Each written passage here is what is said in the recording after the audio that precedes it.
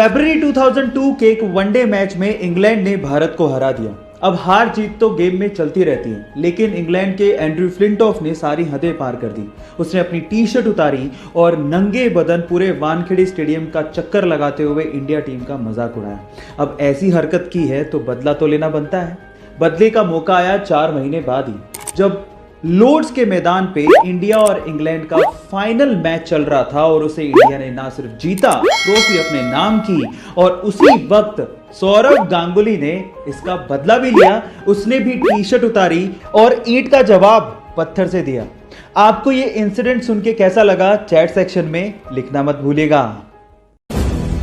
आप सभी ने छोटे बच्चों को रोते हुए देखा होगा और आपने यह भी नोटिस किया होगा कि छोटे बच्चे काफ़ी तेज़ आवाज़ से रोते हैं, लेकिन क्या आपको पता है वह इतनी तेज़ आवाज़ से क्यों रोते हैं? दरअसल छोटे बच्चों के रोने पे उनकी आंखों से आंसू नहीं निकलते, इसलिए वह अपने इमोशन को, भावनाओं को जाहिर करने के लिए तेज़ आवाज़ से रोते हैं। आपने बिल्लियों को कई बार सोते हुए ही देखा होगा।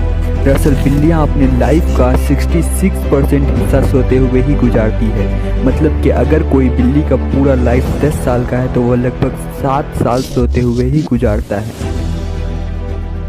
आपने अभी जाना कि बिल्लियाँ सबसे ज़्यादा सोती है, तो वहीं आपको बता दूँ हाथी पूरे 24 घंटों में सिर्फ और सिर्फ 4 से 5 घंटों के लिए ही सोता है। अगर आपको यह पसंद आया तो इस चैनल को सब्सक्राइब जरूर करें। समझ में आया? और समबडी इज आस्किंग, सुरभि कह रही है how to stay away from distraction. देखो ऐसा है, जब आपकी लाइफ में एम होता है ना तो फिर डिस्ट्रैक्शन आते ही नहीं है।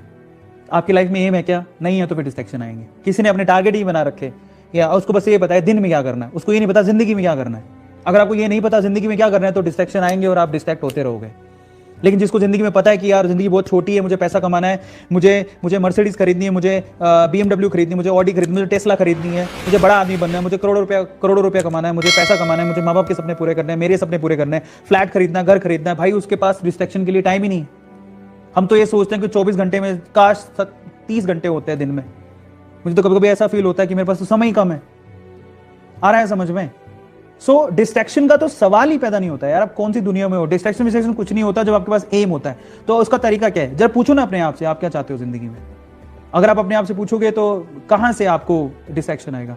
जाके एम लिखो, आपका एम क्या है? आपका एम कुछ भी हो सकता है। नीट में रैंक बनाना, जेई में रैंक बनाना, सीए के एग्जाम में रैंक बनाना, मुझे पुलिस वाली एग्जाम निकालनी है, आईएएस एग्जाम निकालनी है, आईएएस एग्जाम निकालनी है, कोई एग्जाम निकालनी है, लिखो पेपर के ऊपर और जाके चिपकाओ अपनी वॉल के ऊपर।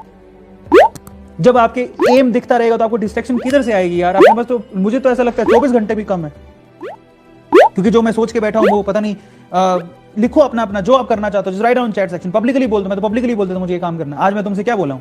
मुझे सोचना है, I just want to think about 100 crore, 500 crore, I just want to earn. और उसके बाद मुझे क्या करना है? I just want to open an NGO, I just want to work for the people. मुझे ये भी करना है, पर पैसा होगा तभी तो दान कर पाएंगे। जेब में पैसा नहीं होगा तो दान कैसे कर पाएंगे? तो ख्वाब देखो, उसको पूरा करने के लिए दौड़ो, डिस्ट्रैक्शन आएगा ही नहीं। और अब मैं आपसे कहता हूं कि आप अपने एम लिखो, आप क्या करना चाहते हो, राइट डाउन चैट सेक्शन। आप क्या करना चाहते हो? में दिख रहे साधु महाराज करीब 45 सालों से अपने इस एक हाथ को ऐसे ही हवा में उठाए हुए हैं। अब जानते हैं इसकी वजह क्या है। दरअसल इनका पूरा नाम साधु अमर भारती है और ये भारत के ही रहने वाले हैं। इन्होंने बताया कि 1973 में एक रात इनके सपने में शिव भगवान आए और उसके बाद से ही इनका ऐसा मन बदला कि अपने परिवार को छोड़कर इन्होंने एक साधु का भेष ले लिया। जिसके बाद से ही ये शिव भगवान की पूजा करने लगे और हमेशा अपने साथ एक छोटा सा त्रिशूल रखते हैं। अपने हाथ को भी वे 45 सालों से ही हवा में उठाए हुए हैं, जिसे वो शिव भगवान की तपस्या का, पूजा का ही एक हिस्सा मानते हैं और इसीलिए इनके चर्चे देश विदेशों तक हो रहे हैं। दोस्तों, जहां एक तरफ कुछ सोशल वर्कर्स अपनी जिंदगी की परवाह किए बिना लोगों की मदद करने के लिए आगे आते हैं, वहीं दूसरी ओर साधु भक्त जैसे महाराज दुनिया में अमन और शांति कायम करने के लिए इतनी कड़ी तपस्या करते हैं। मेरे प्यारे दोस्तों, अगर वीडियो आपको थोड़ा भी अच्छा लगा होगा तो एक लाइक करना और वीडियो को ज्यादा से ज्यादा शेयर भी करें और मेरे चैनल को सब्सक्राइब करके बेल आइकन को जरूर दबाएं। मिलता हूँ अगले